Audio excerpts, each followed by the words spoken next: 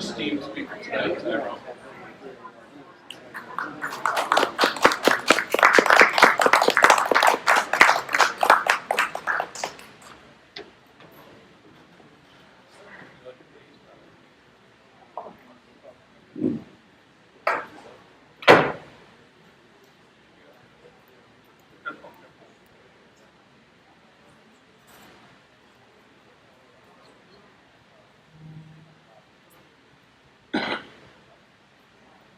Okay, did everybody hear me? I'm going to take this off in just a second. First of all, thank you everybody for inviting me back out here. Hope everybody's having a good time. How many first timers we got here tonight? Okay. Well, on behalf of Roswell United Methodist Church and the RUMC program, we welcome you here. My name is Tyrone Griffin. Give you a quick, brief background. I used to be sitting right up there where you are. Back in 2012, I was laid off. I came here, was a participant, then I became a table leader, and eventually I became a speaker here. My background, just to give you a little bit, while I was in transition, I did a podcast, and I used to speak at a lot of the job networking events. It was called the Bunny Slippers Are Evil Job Seekers podcast. Anybody heard that? Okay. Well, the reason it was called Bunny Slippers Are Evil because if it was 3 o'clock and you had on your bunny slippers, you weren't looking for a job. Okay. So I did that podcast for 7 years. It was all about transition. It was a little bit about job search, but it was more so just about transition. Because transition is the thing we don't talk about. So I became to consider myself a bit of an expert in dealing with transition and talking about transition. Then, as your parents did, then you had a kid, right? And then my son he graduated, he went into transition. And what I'm talking about tonight is what I learned from my son's job search. Very different perspective I had. For one thing, let me put on my glasses before I read wrong. But I want to talk about failure. And the failure was mine. Because, again, I thought I was an expert in dealing with transition. And I quickly found out that I was not.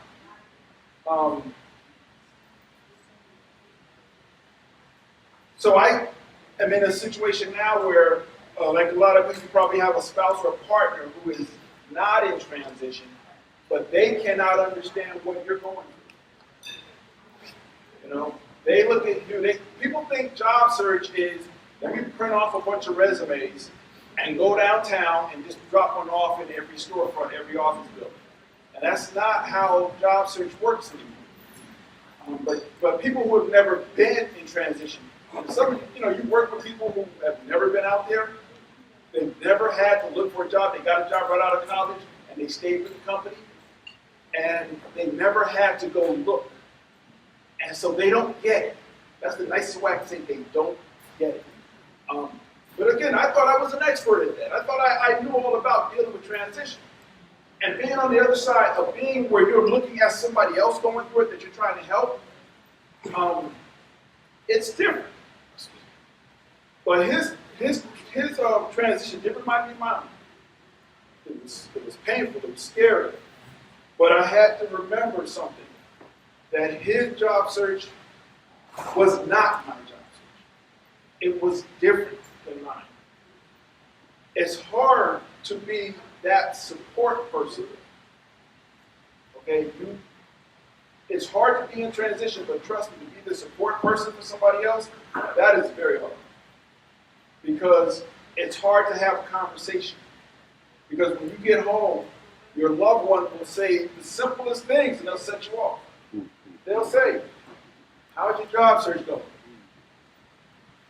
And you had a rough day. And you want to pick up an axe and explain it to them. But you can't. But While working with my son, I did all those things that I told everybody not to do. I got angry. I snapped. I yelled. I threatened. All those things because as that other person, you want your loved one to succeed. That's all you want is for them to succeed. And as scary as it is for the person going through transition, it is also scary for the loved one. Because you have these ideas in your head that my loved one who's going through this will never succeed. And your loved ones feel that way about you. It's nothing that you've done to make them feel that way other than being in transition. But they're scared and they can't verbalize that fear other than through their pain. So again, I did, like I said, I threatened and all that. My son is sitting right over there. He'll tell you, yes, I did. I won't say we had yelling matches because he never said nothing back. He just stood there. But one thing he taught me, we've heard when people get into a situation, you have the two responses, which is fight or flight. Well, he taught me that there's a third response, which is freeze. I mean, he said that to me. He said it's freeze. And when he said it, it all hit me.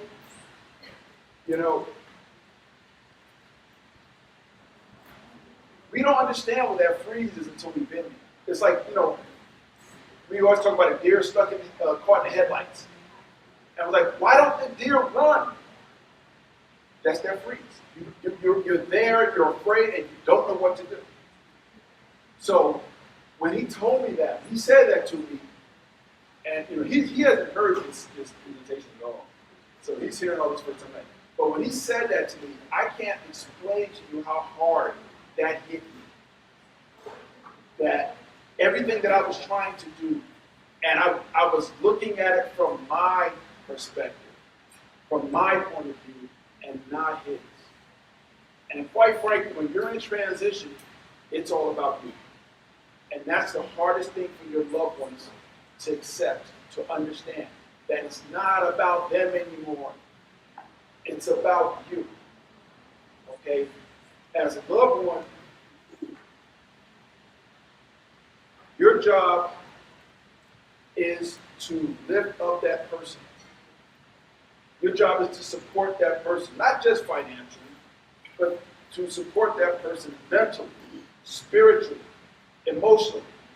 Because unless you're in that fight with them at that time, you really don't understand. And they don't understand your fight because they are not in it with you. You can have been married for 20 years and you know each other's likes and dislikes and everything, but this is new. So don't be upset with your spouses. I've known spouses who were unemployed at the same time, sat at these tables. And the funniest story one of them told me was they spent all day doing their job search. One would go in the attic to one office, and one would go in the basement to the other office, and they wouldn't talk all day. End of the day, they would come together and act like nothing happened. They didn't talk about what their job search was like because they each couldn't understand each other. We can all sit here and talk, but I guarantee you there are people at each of these tables that are going through things that the rest of the people at the table will be in shock. Like I said, he taught me patience. During the pandemic, he graduated from the University of Georgia. And you know how everybody's been saying for the last year, there's all these jobs out there, all these jobs out there. Number one, every job isn't for every person. Okay? We don't go to college, go to trade school or whatever, to come out and flip burgers. Not that there's anything wrong with flipping burgers, but that's not the plan. When you're looking at a lot of school debt, the last thing you want to do is run down to Burger King and get a job. And it depends on your personality as well. every job is not for every person. I learned that I had to, people talk about the iron fist wrapped in a velvet glove. I'd have an iron fist wrapped in a glove of motivation, support, and love. So think about trying to do that. It's like trying to push Jell-O uphill. Yeah, visualize that for a minute, okay? It's that hard. But you know what? As a parent, and I say this to all the parents, as a parent, this is what we signed up for. I'm sorry, I get emotional when I think about this. But I said it was less about kicking him in the pants and more about patting him on his back and straightening his back and lifting his head up. That's what parenting is, and that's what being that other person. I had to be good cop and great cop. Okay? And this is the outside. This is not my transition. This is his. But this is what I learned. And I thought I knew all of this stuff. I talked to lots of people about transition all these years. And we talked about when your loved ones don't get it. But when you are one of those loved ones that don't get it, it hits you. Because I remember what I felt like for me to be in that fight. And my heart goes out to him and everybody who's in that fight. And as a loved one, we want to support. But we got fear. We got ignorance too, because we just don't know. I have to accept that as a young black man and an introvert, he would have challenges that I didn't know about, that I couldn't understand. I had to be open to understanding and accepting that I don't know everything. Oh yeah, I thought I was good. What can I say? But you have to accept that you don't know everything. I learned as a parent, you never stop raising your child. You never stop. I remember when I was growing up and my mother said, "You're always going to be my baby," and I was like, "Yeah, whatever, okay." And then when you have a child and it hits you, yeah, you never stop raising your child. Even when they go off and do great things, you never stop raising your child. I had to learn that there's not going to be a day when he's suddenly, contrary to what he thinks, there's not going to be a day where he snaps fingers, he's going to know everything. So if he doesn't know something, that's fine. Because the thing is, when you know what you don't know, then you can do something about it. When you don't know what you don't know, then you go run off and make it worse. I learned that my job is now and always to instill trust in him, for him to trust me. I had to be his dad, and not just his father. And I had to trust God and continue to teach him that no matter what, just trust God. And that's why we're here tonight. That's why you all came here, because you got trust in God. This transition is hard. I was in transition for 15 months. And I was telling the gentleman at my table, I wasn't underemployed for 15 months, I was unemployed for 15 months. And I was out there every day looking for a job. Every day. My office was in Panera Bread. My job was to find a job, and I did it 40 hours a week, minimum. But it's a 24/7 job, and that's how you have to approach it. You have to approach it like be an entrepreneur. 24/7. Everything. When you wake up, your job is to find a job. Your most important tool is your net. I'm sorry, I've jumped off the topic. I apologize, but I'm just speaking what comes out of me. So, I've run my time, 15 minutes. I thank you all for listening, but I honestly, I thank my son sitting over there when he's looking at me. But I thank him for his patience.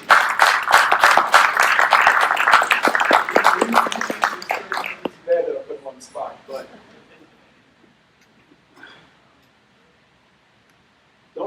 don't be upset with your significant others, with your family. They don't get it. And even if they were here, they still don't fully get it. Like all of you at this table, and in these tables cannot understand fully what anybody else at these tables is doing. So, Proverbs I put in for this week was, train up a child in the way he should go, and when he is old, he will not depart from it. I gave you 3 questions, and I think I'm also doing a session if anybody wants to come over. It is basically a session to come and vent. Point blank, it's just to come and vent and get it out of your system. So that you don't go home screaming and yelling in the car. You come here and we can just woosah. But the questions, I can't remember the wording, but it was think about what you've learned during transition from your transition and from transition of others. Again, finally, I thank you all for your time. Don't get discouraged. Do not get discouraged, okay? There is a light at the end of the tunnel for each and every one of you. All you have to do is just keep trusting God. Thank you.